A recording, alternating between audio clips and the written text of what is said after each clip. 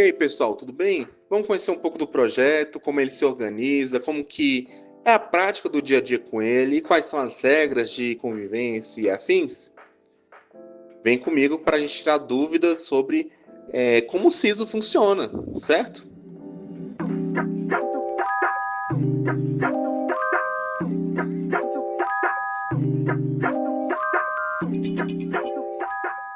Tá, como o SISO surgiu? Os Ciências Sociais nas escolas, ele surgiu a partir de uma inquietação que assombra a formação na licenciatura. Será que ser docente realmente é para mim? Como podemos ser professores melhores? Além disso, como pesquisar educação? Essas inquietações mobilizaram um grupo de estudantes em 2017 e eles foram lá e formaram o SISO. Desde então, o grupo vem mobilizando estudantes extensionistas para ter uma experiência em sala de aula e mobilizar novos estudos sobre ensino de sociologia e sociologia da educação.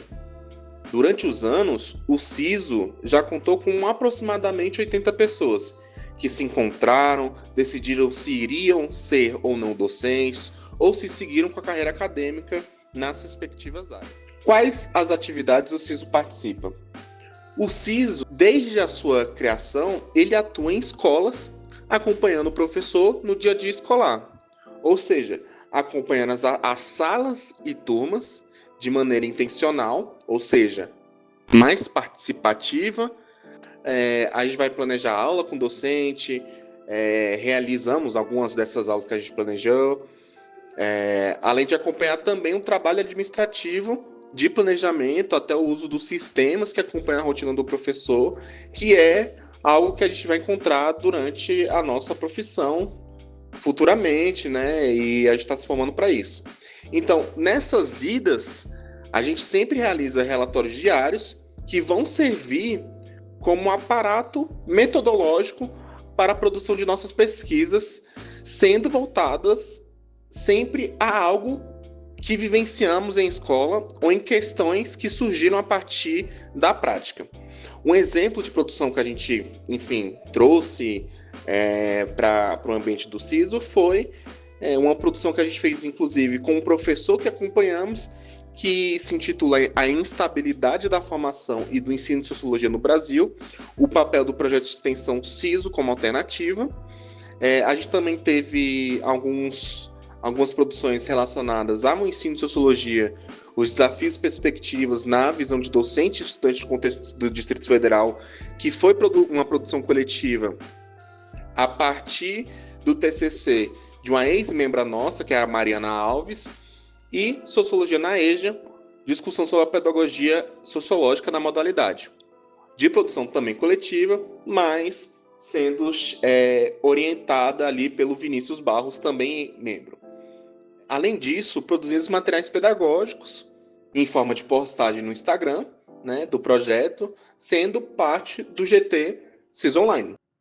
Enfim, o SISO costumeiramente produz um evento intitulado Semana de Educação e Democracia, que acontece e está acontecendo sempre na Semana Universitária, por ser um espaço de compartilhamento coletivo de saberes, e é um momento que levamos a alguma escola que acompanhamos para conhecer o UNB. Bastante coisa, né? Mas quem organiza tudo isso? Pois é, o SISO se organiza em 3 coordenações: a institucional, a pedagógica e a de projeto. Todas as coordenações são, respectivamente, coordenadas por estudantes membros do projeto, com uma rotatividade sempre de um semestre cada. E antes de eu entrar em detalhes sobre essa dinâmica, eu vou explicar o que cada uma faz. Bom, a institucional, que é o primeiro nome que aparece, ela vai ser o braço burocrático do SISO. Ou seja, ela vai ser a coordenação responsável por manter o contato com o DEX, o Decanato de Extensão, acompanhar os processos de editais e bolsas e atualizar as notícias com o professor orientador, que é o Stefan. Além disso, é a responsável por cuidar do caixa do SISO e ser pão duro na hora de gastar, senão todo evento tem coffee break. E atuar junto com com a pedagógica, acompanhando os relatórios e afins. E, por fim, organizar as planilhas de dados do SISO para ninguém ficar sem horas e sem certificação. E aí, já que citei a pedagógica, vamos falar um pouco dela, né? A pedagógica ela vai ser responsável em cobrar os relatórios em cada atraso, em caso de atraso. Ela vai organizar as idas às escolas, organiza as faltas, organiza os grupos das escolas e coordena o GT da sala de aula. Além disso, é a coordenação, entre aspas, mais galera. Ou seja, ela é a que vai conversar com você se você estiver passando por alguma dificuldade, tanto no projeto quanto na vida acadêmica por um todo. E lembrando, a extensão não é para ser um espaço de opressão e nem queremos ser um peso na vida de ninguém. Então, a comunicação entre o grupo é importante porque ninguém merece passar por nada sozinho, né? E aí, por fim, a gente tem a coordenação de projetos, que ela é responsável por pensar o futuro do projeto, acompanhando eventos para participação, então eventos acadêmicos, eventos que a gente consegue divulgar o CISO, participar de discussões sobre ensino e sociologia, levar pôster, essas coisas, a gente fica sempre, a coordenação de projetos sempre fica em cima. Ela também é responsável por ficar em cima dos posts do CIS Online para não atrasar, ou seja, ela vai coordenar também o GT CIS Online. A coordenação também vai responder os e-mails que a gente recebe, a gente vai participar daqueles eventos de divulgação do projeto, como Semana da Sociologia, ou como aquela primeira semana de calouro. Então a gente sempre tenta participar ali para divulgar também o projeto, e para o pessoal ver que a licenciatura faz andar, né? Os projetos que a gente tenta apresentar e tudo mais. Bastante coisa, né, para pensar e manter o projeto, né? Mas voltando para a dinâmica da coordenação. Atualmente, a gente tem 6 coordenadores, 2 para cada coordenação. Então funciona mais ou menos assim, a vaga. Um coordenador mais antigo e um coordenador mais novo. Essa rotação ela vai funcionar da seguinte forma.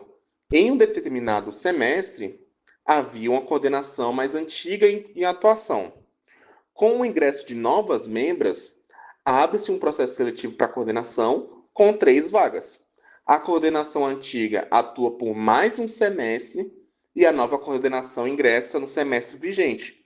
No semestre seguinte, a coordenação mais antiga se encerra e a coordenação nova passa a ser a mais antiga e ocorre novamente a seleção de 3 membros para compor a coordenação. Fácil, né? Assim, quase todos passam pela experiência de coordenação e ninguém fica perdido com o que fazer. Tá, entendi. Entendi como o CISO surgiu, quais atividades, como ele se organiza, mas o que eu preciso fazer? Há alguma regra? Pois é, jovem gafanhoto, temos sim. A extensão é um espaço de troca de saberes, portanto, a participação nas reuniões são importantíssimas. Além da geral, a gente tem as reuniões dos GTs de forma presencial. Então, fiquem atentos a isso. Em relação ao número de faltas, permitimos 25% de faltas por ano nas reuniões, sem justificativa. Mas em caso de falta excessiva, você será desligado automaticamente do projeto e não receberá as horas, pois entendemos que houve desistência na participação. E o tempo de permanência no projeto? A partir de uma normativa do DEX, para contabilizar as horas de extensão, é necessária a participação de 1 ano de projeto. Portanto, o mínimo é de 1 ano e não podemos fazer exceções acerca disso, pois foge da nossa alçada. Vixe! E se eu participar do CIS Online, já que eu não participo do sala de aula, tenho alguma obrigação? Sim, você precisa pegar pelo menos um post por mês e não pode atrasar. Se atrasar, a gente diminui as horas no relatório final. Tá, pode atrasar uma vez ou outra, a gente não é carrasco não, mas não pode ser costumeiramente. Eita, e o sala de aula? Há a obrigação de ir para a escola, se faltar comunicar a gente e o professor, fazer o relatório e participar das reuniões. E me diz, tem bolsa? Sim e não. É complicado. O CISO participa do programa Licenciaturas em Movimento, edital do DEG, que fomenta a extensão nos cursos de licenciatura. Infelizmente, não temos bolsa para todos, mas torcemos e fazemos pressão junto com os outros projetos para aumentar. E aí, deu para entender o que é o CISO? E tirar alguma das dúvidas? Ficamos felizes com o número de inscrições no processo seletivo, é um número muito significativo. E se depois da apresentação restou alguma dúvida, entre em contato com a gente no Instagram. Não esqueça de responder o forms na descrição para saber que você assistiu até o final e está ciente das regras.